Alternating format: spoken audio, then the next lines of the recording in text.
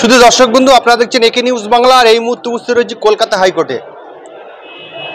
এই কলকাতা হাইকোর্ট থেকে 25,753 জনের চাকরি বাতিল করেছিল এই কলকাতা হাইকোর্ট থেকে। তার পরিপ্রেক্ষিতে মুখ্যমন্ত্রী জনসভায় বলেছিল বিচার ব্যবস্থায় বিজেপির নিয়ন্ত্রণ রয়েছে এবং বিজেপির লোকেদেরকে এই বিচার ব্যবস্থায় বসানো হয়েছে। সেই নিয়ে পিটিশন দাখিল হয় এবং মামলা করেন এই কলকাতা হাইকোর্টে। মামলা হয়েছে এবং আপনারা জানেন যে মুর্শিদাবাদে একটি রামনবমী নিয়ে দাঙ্গার পরিস্থিতি তৈরি হয়। এই দুটি বিষয়ে যে মামলা করেছেন কলকাতা হাইকোর্টের বিশিষ্ট অ্যাডভোকেট আলী আফজাল চাঁদ মহাশয়, উনি আমাদের সঙ্গে রয়েছে। আমরা এই দুটি বিষয়ে ওনার সঙ্গে কথা বলে নেব। একটা বিজেপির বিচারালয়, বিজেপি যেটাকে বসে বিচার করে, রাজনৈতিক বিচার। কলকাতা হাইকোর্ট যে রায় দিয়েছিল ডিভিশন বেঞ্চ, যে ঢাকি সমেত বিসর্জন দিয়েছে, অর্থাৎ যে সমস্ত টিচাররা চাকরি করছিল এবং ভুয়ো শিক্ষক খাতা, সাদা খাতা জমা দিয়ে চাকরি পেয়েছিল এবং তার সাথে সাথে 25 লক্ষ, 30 লক্ষ, 40 লক্ষ, 50 লক্ষ টাকা ঘুষের বিনিময়ে চাকরি পেয়েছিল। এ ব্যাপারে মহামান্য আদালত এসএসসির কাছে একবার না, দুবার না, 3 বার, 6 বার বলেছিল তোমরা ফ্রেশ লিস্ট, অর্থাৎ প্রকৃতভাবে মেধার ভিত্তিতে কতজন চাকরি পেয়েছে তার লিস্টটা জমা দিন এবং ভুয়ো কতজন চাকরি পেয়েছে তার লিস্টটা জমা দিন। মহামান্য আদালতের কাছে তারা কোনো লিস্ট জমা দেয়নি এবং লিস্ট তো জমা দেয়নি, উল্টে এর যে মেধার এবং যে তালিকা হয়েছিল সেটা এরা উমারসিট নষ্ট করে দিয়েছে। তার পরিপ্রেক্ষিতে তারপরে এটাও অন্যায় করেনি, অর্থাৎ একটা ঘটনা আছে, একটা মিথ্যেকে চাপা দিতে গেলে 70টা মিথ্যে কথা বলতে। এরা ওই ভুয়ো চাকরি ওদের যারা দিয়েছে এই সরকার, এই ভুয়ো চাকরিওয়ালাদেরকে বাঁচাতে গিয়ে ওরা আবার নতুন করে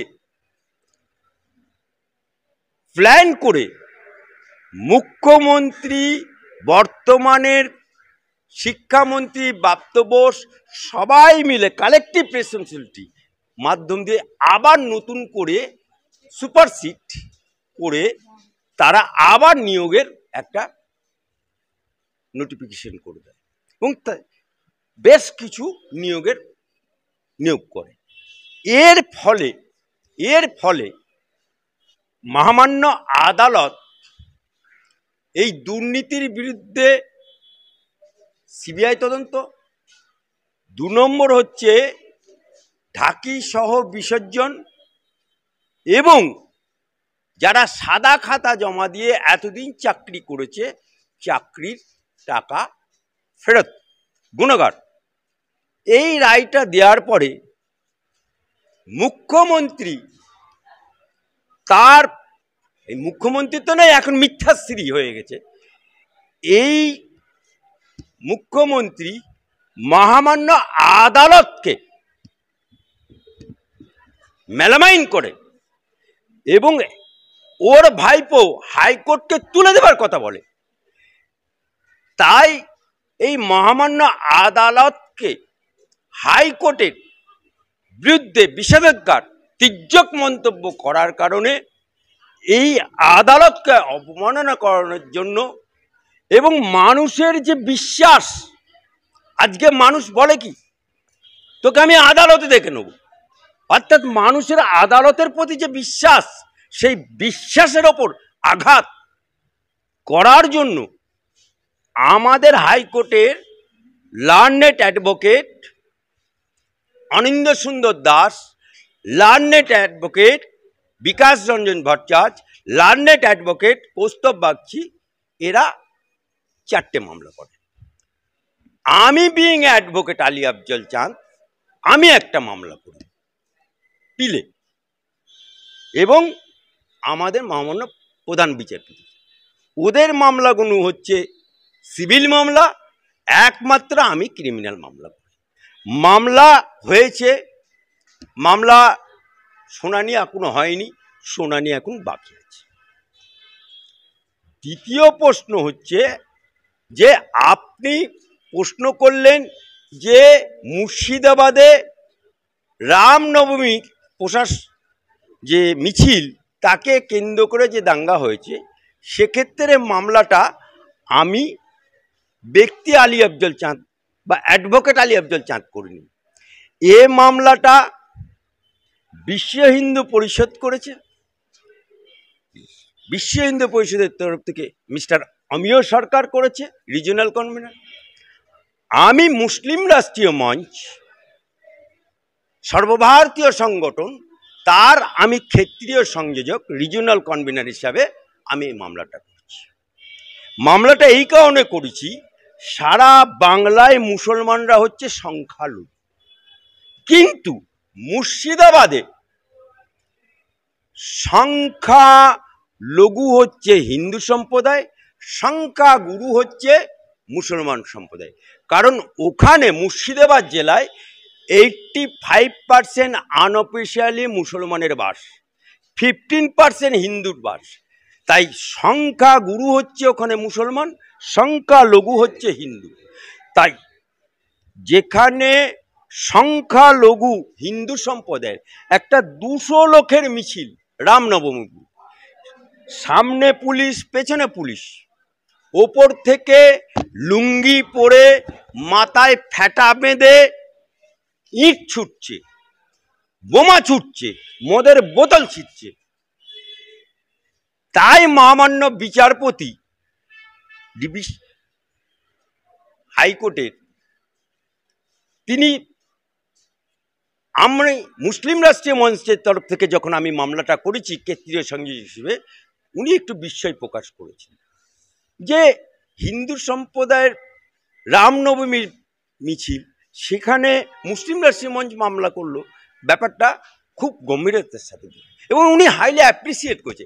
তাই সেদিনকে রায় দেবার সময় তিনি প্রশ্ন করেছিলেন মহামান্য সিআইডিকে, মহামান্য পিপিকে, রাজ্য সরকারের। তারা বলছে কি আমরা দুজনকে সাসপেন্ড করেছি, ওসিকে, আমরা এটা সিআইডি তদন্ত করছি। কিন্তু আমরা দাবি করেছিলাম কি, যে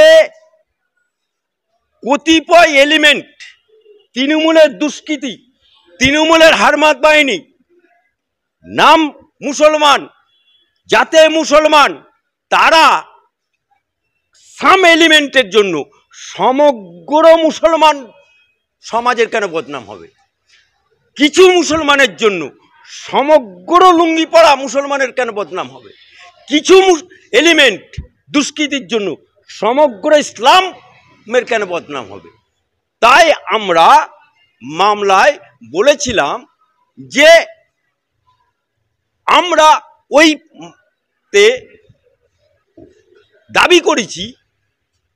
দাবি করেছি যে ওখানে এনআইএ তদন্ত হোক, যাদের ক্ষতি হয়েছে তাদের 1 কোটি টাকা করে ক্ষতিপূরণ দেওয়া হোক, আর বাকি যে জায়গাটায় বোম পড়েছে এটা এনআইএ তদন্ত হোক, বাকি পোর্শনটা সিবিআই তদন্ত হোক।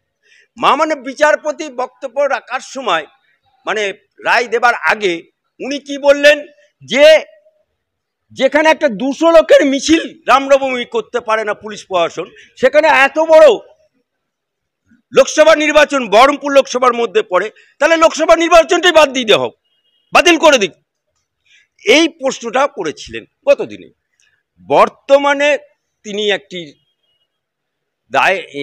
রায় দিয়েছেন যে এটা এনআইএ তদন্ত হবে, সিআইডি তদন্ত যেমন করবে, এনআইএ তদন্ত সাথে সাথে হবে। তাই আমাদের পিটিশনের copy NIA learned advocate Arun Kumar মাইতির হাতে আমরা দিয়ে দিয়েছি। আগামী 10ই মে এনআইএ তদন্তের প্রাথমিক রিপোর্ট এবং সিআইডি রিপোর্ট জমা দেবে নেক্সট 10ই মের মধ্যে রিপোর্ট জমা দিলে 10ই মে দিন ধার্য আছে, তখন কি হবে আপনাদেরকে পরবর্তী রিপোর্ট জানাবো।